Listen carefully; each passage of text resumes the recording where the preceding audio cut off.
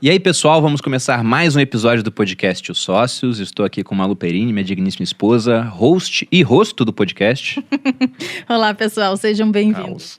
Eu discordo que algo diferente poderia ter sido feito, porque eu acho que se desse mais dinheiro, existia essa preocupação de você estar dando dinheiro para eles e eles não quererem receber esse dinheiro, se sentir, estão nos comprando, claro, alguém usar isso politicamente. Não. É muito, acho muito difícil, porque é um lugar com uma identidade muito forte, viveu muito tempo numa disputa muito grande, e agora o meu inimigo, uma das coisas que os russos odeiam é a ideia de que eles perderam a Guerra Fria. Eles não perderam.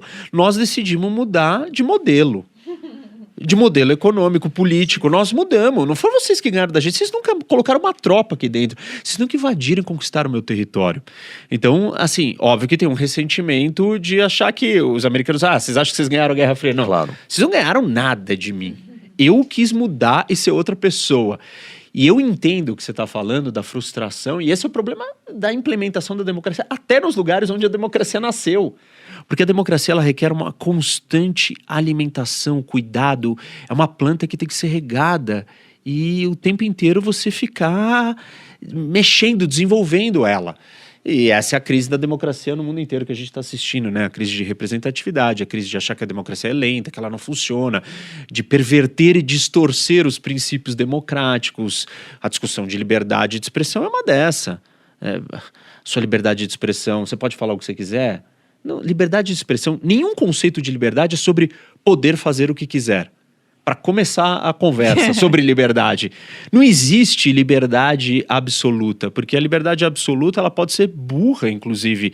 E se ela for burra, ela não é livre. Aquilo não é livre. Porque você tá aprisionado à ignorância, você fez uma escolha sem saber. Enfim, uma discussão filosófica e complexa, mas só para citar um exemplo do problema que a gente tem, né, com a democracia. Mas aí a gente está saindo um pouco da Rússia e da Ucrânia. Mas que eu acho que explica como o Putin consegue se manter no poder e também inspirar outros, né? O Financial Times publicou um artigo na semana passada dizendo que existe um culto, né, um pró-Putin. Existem muitos líderes que se inspiram nele. Que se inspiram num homem forte que projeta, porque concentra todo o poder, que sempre traz o risco de que acaba se fechando num círculo de assessores e não está mais conectado. Mas ninguém pode acusar o presidente Putin de não tomar as decisões de maneira... Enfim, que concentra tudo. Não pode haver uma parálise política num país onde você concentra todo o poder. É muito perigoso, mas hoje tem figuras que se inspiram no Putin no mundo inteiro, né? Inclusive, ele é a figura, o homem mais poderoso do mundo. O pessoal fala que o Elon Musk, agora, o homem mais rico do mundo, já foi o Jeff Bezos.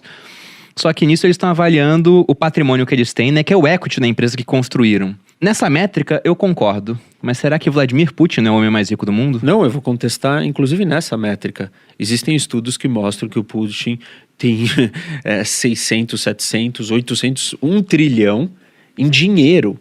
Porque ele controla toda a economia do maior território do planeta, que é a Rússia, das maiores reservas de commodities do mundo. Você diz em dinheiro?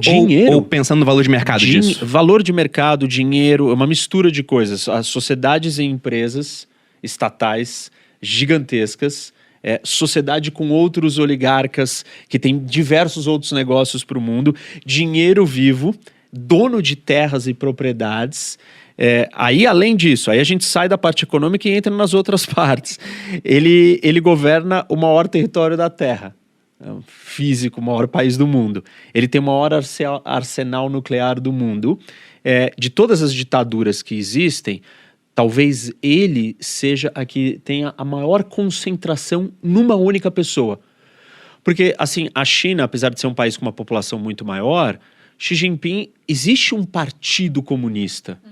Ele está tentando dominar o partido inteiro, dominar todos os outros competidores internos, mas não é só ele. Com o Putin, claro, não estou dizendo que o Putin está lá sozinho, só ele, está todo mundo tentando matar ele, mas a concentração de poder com ele é muito maior do que com os outros ditadores. Além disso, ele é um ex-KGB, um cara militar, um faixa preta de judô, ele não manda matar qualquer um que ele quer no mundo inteiro. Diríamos que ele é o exemplo né, para um ditador, olhar para ele e falar: o que eu quero ser quando eu crescer? O Putin. Eu tô imaginando aqui o Kim Jong-un no vestiário, quando ele abre o armário, tem a foto do Putin assim, ele vai dar um beijo assim na foto e vai treinar ali pra ver se vira um Putin. Mas ao mesmo tempo, isso eu acho que é o paradoxo também, ele é muito poderoso, mas ele também está constantemente preocupado com a possível fragilidade dele, porque sistemas ditatoriais não falham de maneira elegante, né? Lideranças Adorei democráticas podem perder uma eleição, paciência, vai para a oposição, volta, né? A gente tem muitos casos de transições políticas em democracia sem abalar toda a estrutura. A partir daquilo que o Reni falou agora, uma pessoa que controla tanto, essa pessoa cai, há um risco enorme da Rússia voltar exatamente para aquele lugar dos anos 90, porque daí surge Anarquia. um novo grupo e que não troca só o presidente, troca toda essa classe econômica que obviamente sustenta o Putin hoje, porque ele garante a sobrevivência desses grupos e esses grupos garantem a sobrevivência do presidente. Mas olha que interessante, então, essa dinâmica.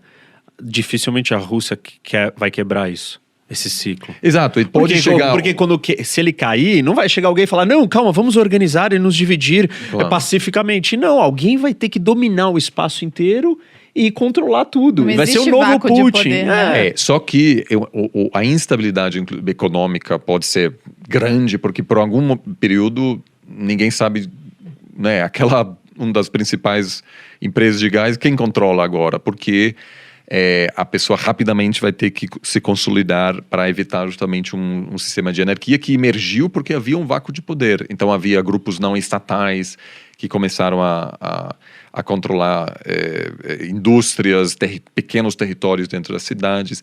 Então ele também enfrenta ameaças, ou seja, ele põe o principal líder da oposição na cadeia porque pode, mas também porque precisa. Claro.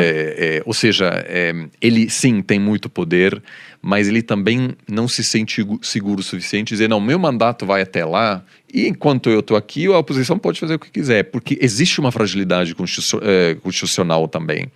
Então, eu acho que ele é essa mistura estranha de ser uma pessoa muito poderosa, mas ao mesmo tempo também muito vulnerável, que precisa constantemente se preocupar com liberdade de expressão, precisa bater em manifestante, ou seja, é preciso que mantenha essa realidade. Mas eu acho que isso é da natureza da ditadura. Sim. O ditador, para Isso ele que eu se ia manter falar. no poder, ele precisa ir ocupando os espaços na base da força, e aí ele fica paranoico. Claro. E realmente ele tem que estar paranoico, porque se ele está usando força para conter todo mundo, se ele para de usar um pouquinho de Alguém força, vai usar contra alguém ele. vai reagir contra ele, vai falar: nossa, é minha chance de eu apunhalar esse cara e me livrar desse problema. Que Então, sobretudo quando você não tem cria um autocrescimento. problema para Sim, você mesmo. sim. É impossível você sobreviver nesse sistema por muito tempo, ou você vai aumentando, elevando o grau e o tom da perseguição, do controle da ditadura. É porque, como você disse, ele mantém um tom muito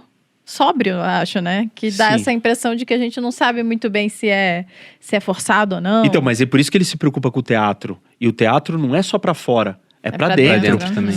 Eu li um livro recentemente sobre a Rússia muito interessante que conta os programas de televisão, absolutamente todas as narrativas.